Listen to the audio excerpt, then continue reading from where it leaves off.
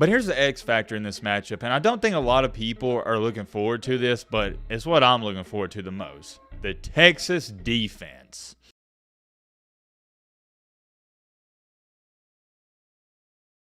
All right, ladies and gentlemen, boys and girls, I got a lot of other videos I need to get to and I need to work on, so we're jumping straight into this. No intro, none of that. Just imagine I rambled hyping this video up for 2 minutes, okay? Just imagine I already did that. That's pretty much how the intros are going to be for games like this. I'm going to sit up here and hype them up, and we're not going to do any of that. If you can't understand why this is a big game, I can't help you. We are talking about the CFP, aka the College Football Playoff, number 2 versus number 3. We got one team in Washington who has made a college football playoff before years, and I mean many years ago, and the other team, Texas, who has never made the playoffs before. And it's been so long since Washington has made the playoffs, so there's no real, I guess you'd label as an experience advantage there. Which is kind of strange because in our other matchup with Michigan and Alabama, you got two teams who are very experienced with making the playoff. But in this matchup, there's none of that, so there's no edge to be had there. As far as it goes for the game itself, like I said, we're getting straight into this. Let's pull up the line. I'm pretty sure, I'm actually 99.9% sure, Texas is something around, I saw it a couple of days ago. I think they're like a 4 or 5-point favorite, but I will pull it up real briefly here because I want to be exact. All right, scroll.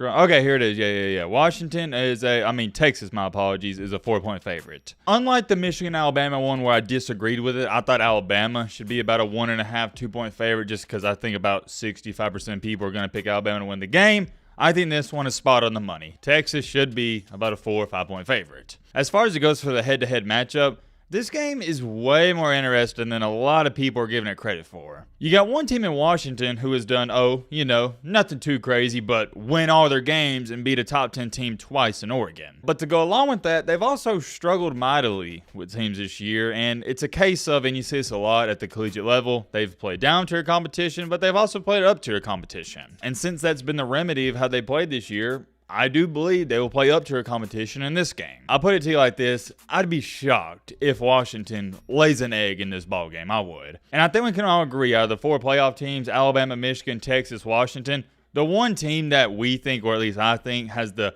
greatest chance of laying an egg is most definitely Washington. I, however, do not expect that to happen. And for Texas this year, it hasn't been as crazy as Washington's, not too many ups, not too many downs. It's just been up for the most part outside the Oklahoma loss. And I don't even think the Oklahoma loss was that bad because you lost on a last-second legendary drive from Dylan Gabriel, and that's your rival. And to go along with that, I thought Texas showed great resiliency, winning games. Look, I don't care if you win a game by 1 point with your backup quarterback.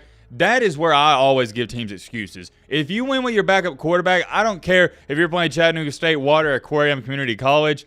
That is a W in my book, a good W. There is something to be said about a team that can rally behind a backup quarterback and win games. I love it. And Texas did that this year with Malik Murphy, and I was really impressed. Yeah, they did struggle somewhat with K-State and TCU, but in the past couple of weeks, they look like a top 4 team. They completely destroyed Texas Tech, and Texas Tech was not a bad ball club. They weren't good by any stretch of the imagination, but they weren't bad. And then after that, in the Big 12 championship, I kind of expected this. They destroyed Oklahoma State, but Oklahoma State, what'd they win? What was it, 9 or 10 games this year? Granted, I thought Oklahoma State was overrated the entire season. The point is, Texas took care of business. You can sit up here all day and say, oh, well, Texas State wasn't good and Oklahoma State wasn't good, and that's fair. But the difference with this Texas team compared to the previous 13, 14 Texas teams we've seen since 2009, since they played Alabama in the national championship, they took care of business. The past roughly 15 years, Texas has been notorious for losing games they should win. And I could sit up here for the next 20 minutes and talk about the seasons Texas and Washington have had up until this point, but you know they're great, so let's make a long story short. They had great seasons, and let me clap it up real quick to the Washington fan base and the Texas fan base. Congratulations just to get to this point. I haven't seen too many Washington fans comment in the comment section and tweet at me, but as far as it goes for Texas fans,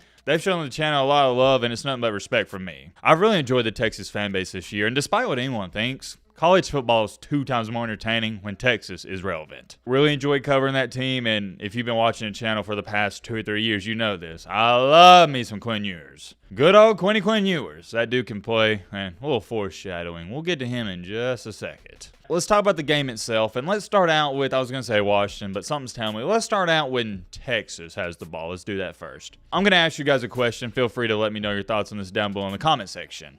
Can Washington stop Steve Sarkisian, the Sartnado, Quinn Ewers, and that Texas offense? Me personally, and this is just me, the answer to that question is no. But, and I have a big but, I think they can contain them. You're not going to stop them. You're not going to slow them down. But if you can contain them, you're going to have a chance to win this game. And when I say contain, let me clarify. I'm not talking about hold them to 17 or 20. I'm talking about hold them to about 30. That's containing them. Because make no mistakes about it, that Washington defense isn't that good, and Texas is going to get theirs. I think a great example is if you ever played basketball and you're about to go up against a really good player, let's just say Stephen Curry, for example, you know dang well you're not going to stop Stephen Curry. Just contain them. If you can hold them to 20, 22 points, that's a W. I think that's got to be Washington's mindset heading into this game. Can we just contain them? Obviously, with that being said, since I don't think Washington's going to have a great chance of stopping them, you know what I'm about to say. I think Quinn Ewers is going to have a day. And one of the most underrated parts about this Texas football team,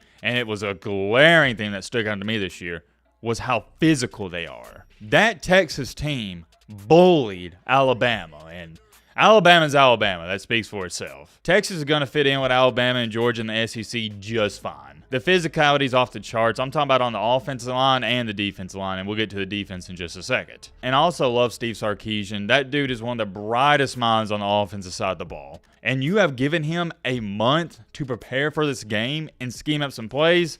Watch out. That's all I'm going to say. Watch out. Steve Sarkisian is going to put on a masterclass on the offensive side of the ball, at least, against Washington. Just watch. I expect that Texas offense to dice up Washington however they want it. It's going to be pick your poison. You want to put 7 in the box and try to stop the run? All right, that's fine. They got one of the best quarterbacks in the nation in Quinn Ewers. Ewers has proven he can dice you up, and he will dice you up if you allow him to. They also got a star wide receiver in Xavier Worthy. Everything about this Texas team points to they can win a national championship. They got elite quarterback play. They're a physical team that can run the ball, and they got a great wide receiver. They got multiple great wide receivers, but you know what I mean. They got a big-time wide receiver one in Xavier Worthy. I don't see Washington slowing them down too much. Like I said, just try to contain them. That's all you can hope for. On the flip side of it, let's talk about when Washington and Michael Penix Jr. has the ball. I think it is more than safe to say Washington has a more than dynamic offense. Rome Odunze, that dude's a beast, and you could argue and say that Washington has one of, if not the greatest, 3 wide receivers of any team in the playoff. Or probably just not any team in the playoff. What am I talking about? Probably any team in the country. They got studs all across the board, but my favorite player on Washington's offense is their running back, Dylan Johnson. That dude just runs over people. I have fallen in love with Dylan Johnson, and I can't wait to see what he does against that Texas front 7. As far as it goes for Michael Penix Jr. and the wide receivers, I think we know what to expect, don't we? Michael Penix Jr. is probably going to go out there and have a day something like 19 for 30, throw for 275, 300 yards. He may also throw an interception in this game, and if I was a Washington fan, I can live with it because that's his play style. He makes up for it. He's somewhat of a gunslinger. He's extremely confident in his throwing abilities, and he doesn't hide that. But here's the X factor in this matchup, and I don't think a lot of people are looking forward to this, but it's what I'm looking forward to the most. The Texas defense. Ever since the Alabama game, I have fallen in love with this Texas defense. They play like an SEC defense. It feels like I've said this 1,000 times, so I do apologize if I have said it 1,000 times, but they're extremely physical. And I firmly believe out of every team in the playoff, even including Alabama and Michigan, Texas has the best front 7 on defense. They're elite, and it may come down to this. Dylan Johnson, he might only have 40, 50 rushing yards in this game, and Michael Penix Jr. might have to win this game by himself. And here's the thing about it. Penix Jr. is good enough to win the game by himself, but if you're Washington, you don't want that to be the case. You've got to keep this Texas team on their heels. You got to keep them off balance because if you can't run the ball, they just get to pin their ears back, and that's not what you want. And I think it's going to come down to this. If that Texas defense plays to their best ability, I don't think Washington has much of a chance in this ball game. However, if that Washington O-line can hold up, you don't got to hold up for 5, 6 seconds. Just hold up for 3.5, 4, maybe every now and then 5 seconds.